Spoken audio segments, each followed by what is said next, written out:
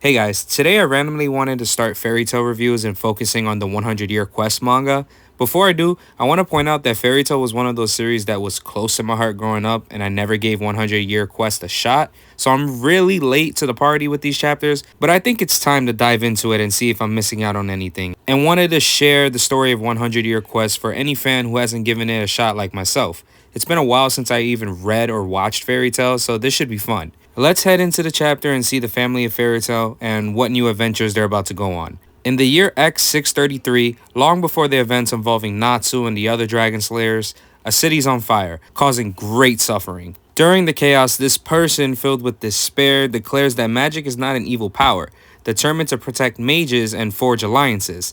This individual walks away from the burning village, and so the first ever mage guild in the world is born. And I can only assume that these people that were hung and this town that burned down was a town filled with magic users before magic was really accepted, and some other group got involved and saw them as heretics or something and decided to make a statement by causing this disaster.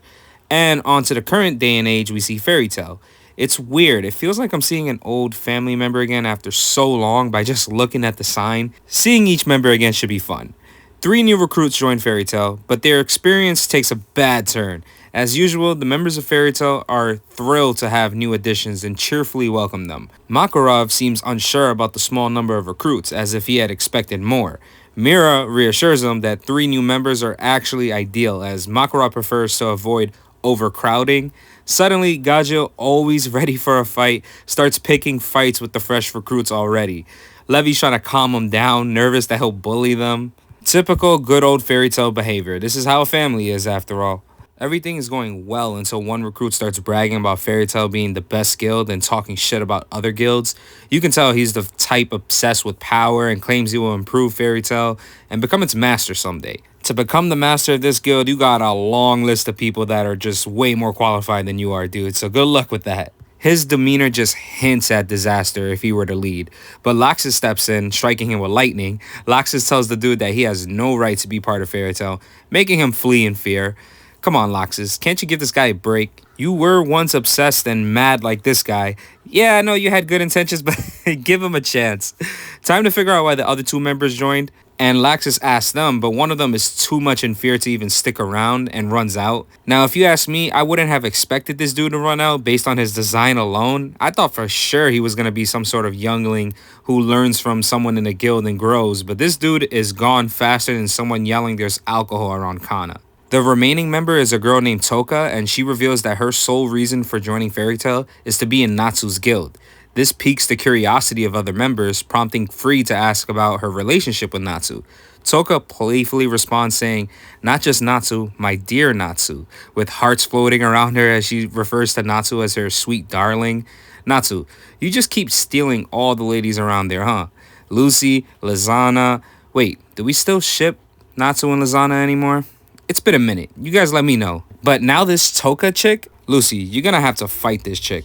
I hope this chick isn't too strong and overpowers you. Actually, that makes me wonder already what her abilities will be, or if she'll even be an important character later on. Guess I'm gonna have to wait and see though. Kana tells Juvia she got someone stealing her spotlight with Juvia's obsession with Gray, but she's too busy being depressed to even comment on this, which means Gray is definitely not at the guild currently. Toka's love for Natsu blossomed a year ago when he rescued her from bandits. Eager to see him, she asks about Natsu's whereabouts. However, Makarov informs her that Natsu is currently away on the 100-year quest, a legendary mission that has been rumored and attempted by many throughout the history of magic guilds. Something that we heard way back in OG Fairy Tale. Even Guildarts, a fucking beast like him, couldn't complete it. Now it's Natsu's turn to take on this challenge. Since we first learned about the quest during the original Fairy Tale series, Natsu has grown immensely and obtained insane strength, making him ready to face this task. Finally, once again, we see some of our favorite people, Natsu, Lucy, Urza, Gray, Wendy, and yeah, sure, Happy and Carla is there too. I'm kidding, I love them too.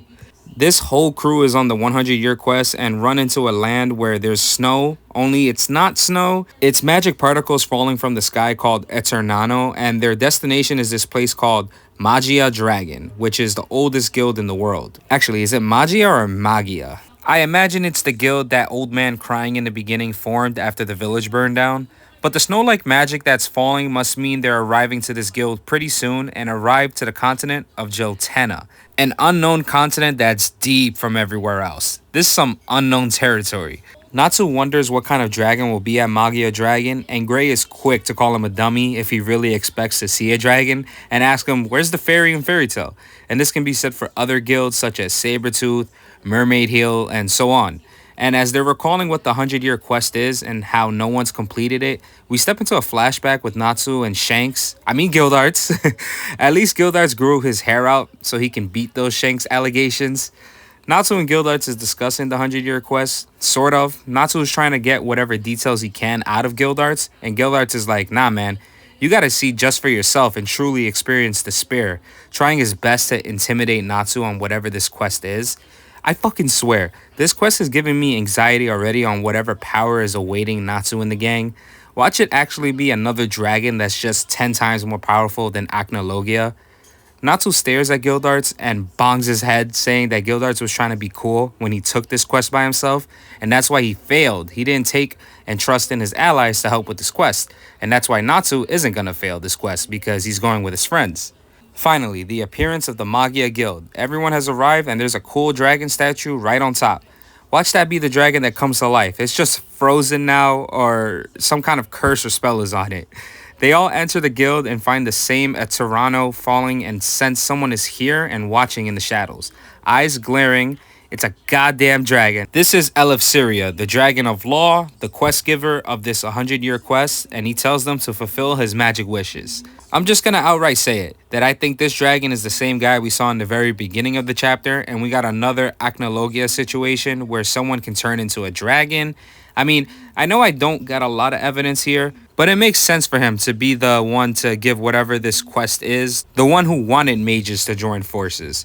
He's just been waiting a really long time for a strong mage to help fulfill his wishes, and they both got a beard, so I'm locking in with this. Although now that I think about it, earlier in the chapter I said that a group of random people would have probably taken out the mages, but that doesn't make a whole lot of sense considering mages could just obliterate an average human, so maybe it's some kind of otherworldly creature?